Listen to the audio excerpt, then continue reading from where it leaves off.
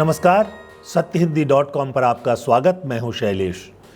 बंगाल, जिसे कभी red fort कहा जाता था, अब ममता बनर्जी का किला है और इस बार इस किले में ममता बनर्जी को हराने के लिए क्या बीजेपी ने कोई गुप्त चक्रव्यूह तैयार कर लिया है?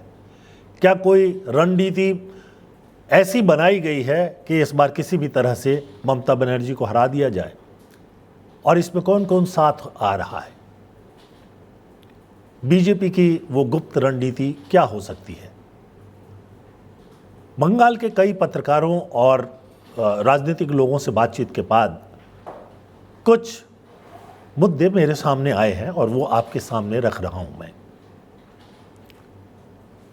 ममता बनर्जी को घेरने की इस बार बीजेपी ने पहले के मुकाबले बहुत ज़्यादा तैयारी की है। एक तरफ आप देख ही रहे हैं कि प्रधानमंत्री नरेंद्र मोदी और गृह मंत्री अमित शाह लगातार बंगाल का दौरा कर रहे हैं।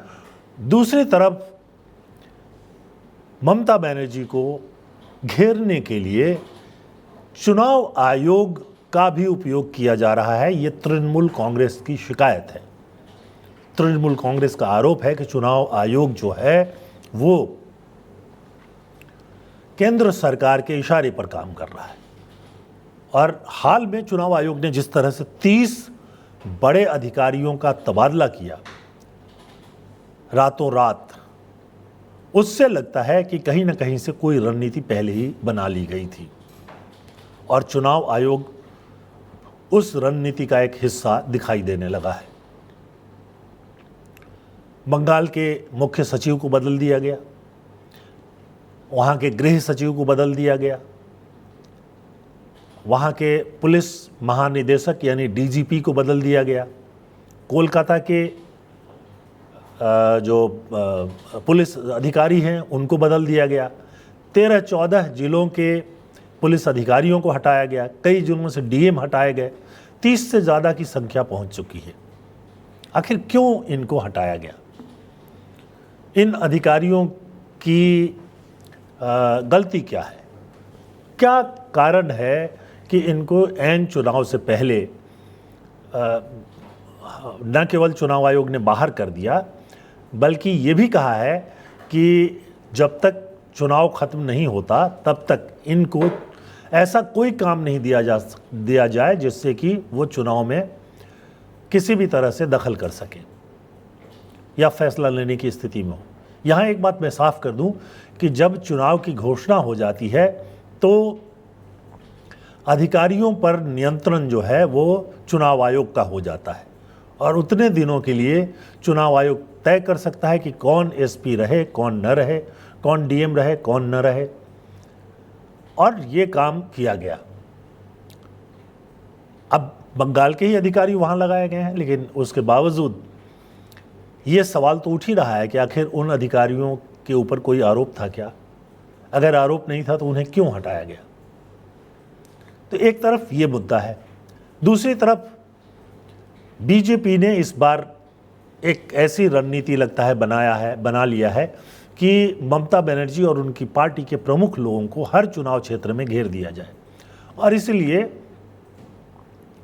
इस बार पार्टी के बड़े नेता शुभेंदु अधिकारी को भवानीपुर सीट से खड़ा करने का फैसला किया है। ये भवानीपुर सीट जो है कोलकाता में है और ये लंबे समय से ममता बनर्जी का गढ़ रहा है। 2011 में जब वो पहली बार आई तब भी वहीं से चुनाव लड़कर जीत कर आई थी, फिर 2016 में भी जीती और फिर 2021 में पहले वो नंदीग्राम से लड़ी, लेकिन कोई 2000 वोटों से शुभेंदु अधिकारी ने उनको नंदीग्राम में हरा दिया। बाद में भवानीपुर के विधायक ने इस्तीफा दे दिया और उपचुनाव लड़ करके ममता बनर्जी पहुंची विधानसभा में और फिर मुख्यमंत्री बनी। तो ये तो स्थिति है। एक तरफ अब शुभेंदु अधिकारी जो हैं वो 2 क्षेत्रों से लड़ रहे हैं, एक तरफ नंदीग्राम से और दूसरी तरफ भवानीपुर से। ये शुभेंदु अधिकारी पहले ममता बनर्जी के साथ ही थे और ये पिछले चुनाव से पहले जो हैं वो चले गए बीजेपी में। तो ये एक तरफ है। दूसरी तरफ से जो तैयारियां दिख रही हैं उनमें कई और महत्वपूर्ण चीज़ें जो हैं वो सामने आ रही हैं। कई तृणमूल के पुराने नेताओं को पहले से ही बीजेपी ने तोड़ रखा है और उन्हें चुनाव में खड़ा किया जा रहा है। हालांकि ऐसा लग रहा है कि ममता बनर्जी भी इस बार ज़्यादा मजबूत रणनीति के साथ मैदान में आई हैं और पिछले चुनाव में जो उन्हें बहुत बड़ी जीत मिली थी उसका दम्भ उन्होंने किनारे रख दिया है। ये महत्वपूर्ण होता है। कई बार क्या होता है कि एक चुनाव में बड़ी जीत मिलने के बाद नेताओं के मन जो है बहकने लगते हैं, लेकिन ममता के साथ ऐसा नहीं हुआ है। पिछले चुनाव में 2021 के चुनाव में ममता बनर्जी की पार्टी को 213 सीटें मिली थी और बीजेपी सिर्फ 77 सीटों पर सीमित हो गई थी। हालांकि बीजेपी के लिए 77 तक पहुंचना भी एक बड़ी बात है, क्योंकि इसके ठीक पहले वाले चुनाव में यानी 2016 के चुनाव में बीजेपी को सिर्फ 3 सीटें मिली थी।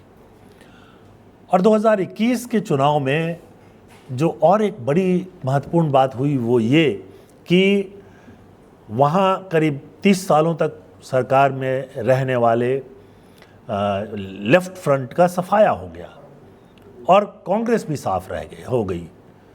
2011 से पहले तक 30 साल लेफ्ट की सरकार थी और उसके पहले बीजेपी की सरकार रही। मुख्य रूप से माफ़ कीजिएगा, बीजेपी कह रहा हूँ, कांग्रेस की सरकार रही। बंगाल में बीजेपी का कोई फुटहोल्ड जो है कभी रहा नहीं। वहाँ मुख्य रूप से लेफ्ट और कांग्रेस के बीच युद्ध चलता था। बाद में कांग्रेस से टूटकर ममता बनर्जी अलग हुई और तृणमूल कांग्रेस बनाया तो वो वहाँ पर मजबूत नेता के रूप में सामने उभरी। तो एक तरफ तो ये चलता रहा। बहरहाल ये लग रहा है कि कहीं ना कहीं से चुनाव आयोग भी इस चक्रव्यूह का हिस्सा बनता जा रहा है और वो ममता बनर्जी को घेर रहा है। अब इसमें एक मुद्दा और भी है। चुनाव की घोषणा हो गई है, लेकिन बंगाल में जो फाइनल वोटर लिस्ट है वो अभी जारी ही नहीं हुआ है और उसका कारण ये है कि सुप्रीम कोर्ट के निर्देश पर जो न्यायिक अधिकारी हैं वो करीब 60 लाख मतदाताओं के वैधता की जांच कर रहे हैं। चुनाव आयोग ने जब वोटर लिस्ट पिछली बार तैयार किया तो उन्होंने करीब 60 लाख मतदाताओं का नाम काट दिया और उसके बाद उसके अलावा करीब 63 लाख मतदाताओं का नाम जो है संदेह सूची में डाल दिया। इस मामले को ममता बनर्जी सुप्रीम कोर्ट तक ले गई और बाद में सुप्रीम कोर्ट ने कहा कि आप दोनों फैसला नहीं कर सकते, इसलिए न्यायिक अधिकारी इस काम को करेंगे। वो काम चल रहा है। चुनाव आयोग ने कहा है कि एक पूरक मतदाता सूची बाद में जारी कर दी जाएगी जब न्यायिक अधिकारियों का अंतिम फैसला आएगा। तो बहरहाल अभी ये नहीं हो पाया है, लेकिन इस बार ममता बनर्जी बीजेपी से 2 कदम आगे रहने की कोशिश भी कर रही हैं। ममता बनर्जी ने 294 में से 291 सीटों के लिए अपने उम्मीदवारों की घोषणा कर दी है और 3 सीटें उन्होंने दार्जिलिंग क्षेत्र में अपने सहयोगी पार्टी के लिए छोड़ी है। अब ये जो 291 सीटें हैं उनका विभाजन अगर आप देखें तो ऐसा लग रहा है कि ममता को पता है कि ये जो स्थिति है उसमें लड़ने के लिए एक नई रणनीति की ज़रूरत पड़ सकती है। तो इसमें जो हमारे सामने चीज़ें आ रही हैं उनकी तरफ अगर आप ध्यान दें तो ये बात बहुत साफ आती है कि ममता बनर्जी उन लोगों के बीच जाना चाहती हैं जहां से उनको कम सीटें पिछली बार जो है वो मिली थी। अब इस बार ये जो 294 सीटों की घोषणा की गई है उनमें से 52 सीटें महिलाओं को दी गई हैं। ये एक अच्छी संख्या है। आमतौर पर इतनी संख्या जो है में करीब 20% उन्होंने एक तरह से महिलाओं को दी है, तो ये अच्छी बात है, क्योंकि महिलाओं को कोई भी पार्टी इतनी संख्या में टिकट नहीं देती है। उसके बाद दूसरा जो काम उन्होंने किया है वो है कि उन्होंने जो शेड्यूल कास्ट और शेड्यूल ट्राइब्स के हैं उनको 95 सीटें दी हैं। ये भी महत्वपूर्ण है, क्योंकि बीजेपी इस समय शेड्यूल कास्ट शेड्यूल ट्राइब्स के बूते पर आगे बढ़ने की कोशिश कर रही है। और 47 सीटें उन्होंने अल्पसंख्यकों को दी है, यानी मुसलमानों को दी हैं। बहुत साफ बात है। तो इस तरह से उनका विभाजन जो है वो साफ साफ दिखाई दे रहा है। अब सवाल ये उठता है कि ये सब करने के बाद भी क्या ममता जो है पिछली बार जिस ताकत से जीत करके आई थी उसी ताकत से जीत जाएंगी? अब दोनों तरफ के दो अलग अलग दावे हैं। फिलहाल पहले फेज के लिए बीजेपी ने भी 144 उम्मीदवारों के नाम जारी कर दिए हैं। दूसरे फेज का नाम अभी नहीं आया है। और पहले फेज में जो महत्वपूर्ण नाम है वो शुभेंदु अधिकारी का ही है, जिन्हें मुख्यमंत्री पद का भी दावेदार माना जाता है। और ममता बनर्जी के साथ वो बहुत महत्वपूर्ण नेता थे। बाद में बीजेपी में आने के बाद भी वो महत्वपूर्ण नेता बने हुए हैं। वो विधानसभा में बीजेपी के नेता भी थे। तो इस तरह से इन दोनों की भिड़ंत एक तो भवानीपुर में होगी। पिछली बार नंदीग्राम में तो शुभेंदु अधिकारी के हाथ सारी चीज़ें चली गई थी, लेकिन नंदीग्राम जो है वो शुभेंदु अधिकारी का अपना क्षेत्र है, जबकि भवानीपुर जो है वो ममता बनर्जी का अपना क्षेत्र है। ये नंदीग्राम आपको याद होगा कि वहीं 2009-10 के आसपास जो ममता बनर्जी ने बड़े आंदोलन किए थे, वो उसका एक केंद्र जो है वो नंदीग्राम ही था।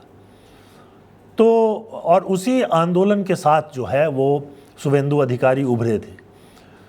तो बहरहाल अब शुभेंदु अधिकारी जो हैं वो भवानीपुर में यानी कोलकाता के बीच में आकर के भी लड़ रहे हैं। बीजेपी को ये लग रहा है कि अब जब कांग्रेस और लेफ्ट का सफाया हो गया है तो ये मौका है कि इस बार वो सत्ता में आ जाए, सरकार बना ले। इसलिए आपने देखा होगा कि प्रधानमंत्री नरेंद्र मोदी और अमित शाह बार बार बंगाल का दौरा कर रहे थे। चुनाव की घोषणा के पहले ही काफ़ी सभाएं दोनों की हो चुकी थी। दोनों जो हैं एक ही मुद्दा उठा रहे हैं मुख्य रूप से, घुसपैठियों का, और बार बार ये कह रहे हैं कि घुसपैठिए हटा दिए जाएंगे। हालांकि चुनाव आयोग ने जो सर्वेक्षण किया है उसमें अभी तक जो भी लिस्ट आया है उसमें से कहीं घुसपैठियों की बात नहीं है। वैसे बंगाल का एक हिस्सा है जहां बांग्लादेश से आए हुए लोग बड़ी संख्या में रहते हैं, उनको मतुआ कहते हैं। ये मतुआ जो हैं ये भी इस बार नाराज़ थे, क्योंकि उनको लग रहा था कि बीजेपी जो नारा दे रही है घुसपैठियों को बाहर करने की, उसमें कहीं वो भी बाहर ना हो जाए। लेकिन मतुआ जो हैं वो हिंदू हैं, पिछड़े वर्ग के हिंदू हैं, और वो यहाँ आ गए थे। उनमें काफ़ी को तो नागरिकता मिल चुकी है, कुछ को नहीं भी मिली है, कुछ मामले इस तरह के हैं। अब बीजेपी ने सफाई दी है कि मतुआ कम्युनिटी के साथ कुछ नहीं होगा, लेकिन बीजेपी के पास मुख्य मुद्दा बंगाल में यही है। इसके बाद वो विकास वगैरह की बात करते हैं, उस पर ममता बनर्जी की अपनी राय है। केंद्र का साथ नहीं मिलना, दूसरी तरफ केंद्र का कहना है कि ममता जो है केंद्र की योजनाओं को लागू ही नहीं करती हैं। लेकिन ये विकास की लड़ाई ही नहीं है। ममता बनर्जी ने भी दूसरे राज्यों से सीख करके मुख्यमंत्री होने का कुछ फ़ायदा तो उठाया ही। जैसे कि उन्होंने चुनाव की घोषणा से थोड़े समय कुछ घंटे पहले ये घोषणा कर दी कि सरकारी कर्मचारियों का जो डीए रोक कर रखा गया है वो कई किस्तों में अब दे दिया जाएगा, बल्कि देना शुरू भी कर दिया गया है। तो सरकारी कर्मचारियों की नाराज़गी इससे थोड़ी कम होगी। उसके अलावा कई तरह की योजनाएं जिस तरह से बिहार में चलाई जा रही थी, उस तरह की योजनाएं ममता बनर्जी की सरकार भी चला रही थी, और उसमें भी पैसा भेजा गया है।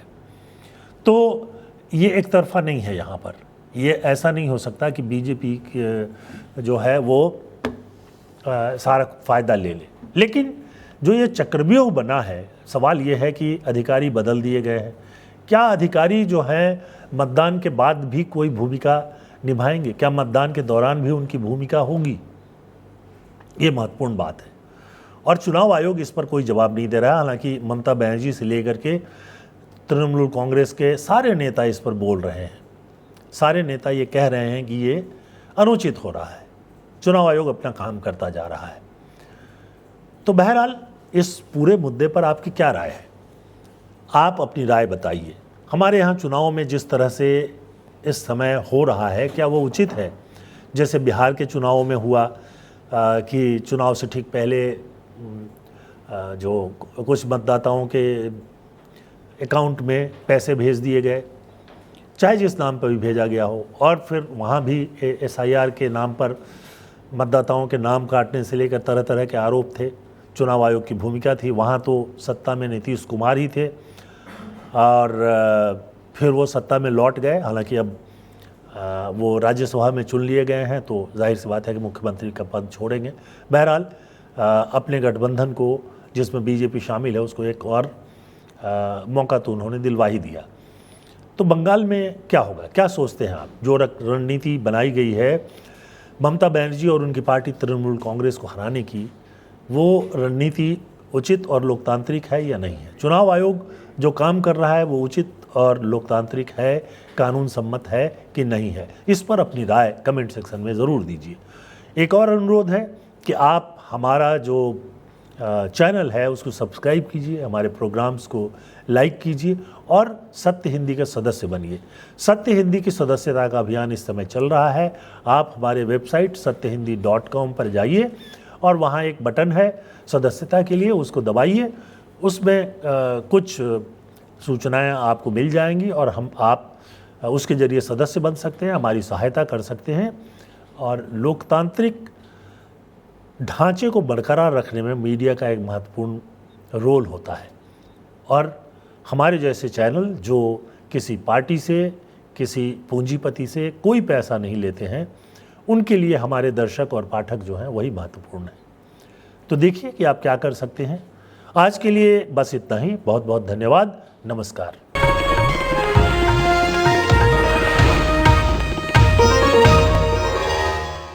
Copyright disclaimer under Section 107 of the Copyright Act 1976. Allowance is made for fair use for purposes such as criticism, comment, news reporting, scholarship, and research. Fair use is a use permitted by copyright statute that might otherwise be infringing.